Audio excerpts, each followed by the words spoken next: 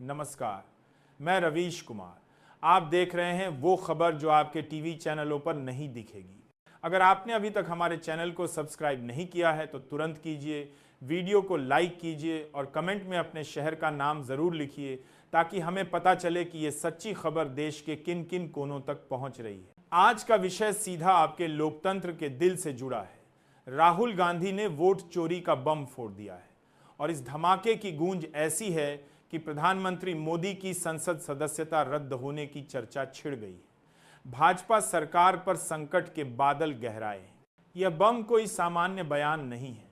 यह वही देश है जहां हर 5 साल में जनता लोकतंत्र की किताब में अपनी स्याही से हस्ताक्षर करती है और अगर कोई कहे कि इस स्याही को मिटा दिया गया, वोट चोरी हो गया, तो सवाल सिर्फ एक नेता या पार्टी पर नहीं, पूरे लोकतंत्र पर उठता है। राहुल गांधी ने दस्तावेज लहराए, सबूत रखे।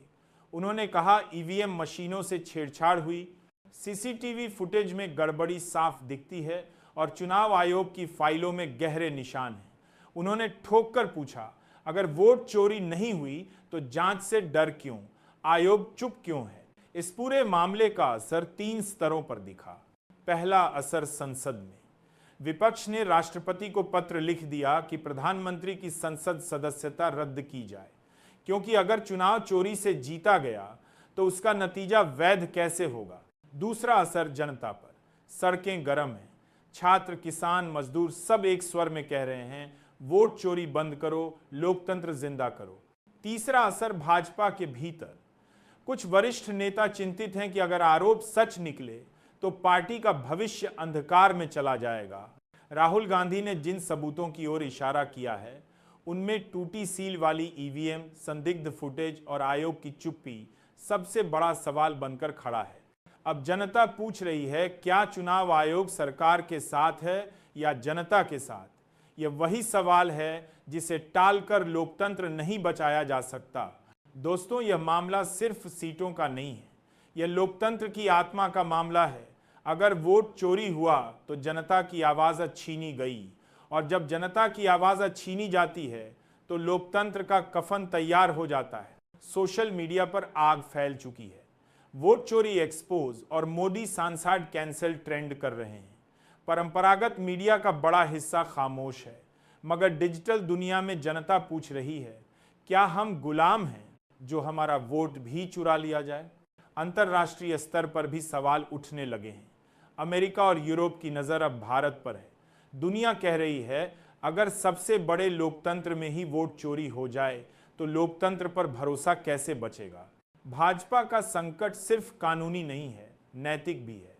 अदालत चाहे देर से फैसला दे, लेकिन जनता का विश्वास टूटे तो सरकार का बचना मुश्किल है। आज स्थिति यह है कि भाजपा के नेता बार बार कह रहे हैं कि राहुल गांधी सिर्फ अफवाह फैला रहे हैं, लेकिन उनके चेहरों पर डर साफ झलकता है, क्योंकि एक बार जनता के मन में संदेह बैठ गया तो राजनीतिक इमारत चाहे कितनी भी ऊंची क्यों न हो, ढह जाती है। राहुल गांधी ने कहा, यह लड़ाई कुर्सी की नहीं, संविधान की है, और यही वाक्य इस बम धमाके का सार है। दोस्तों, सवाल यही है, क्या मोदी की संसद सदस्यता रद्द होगी?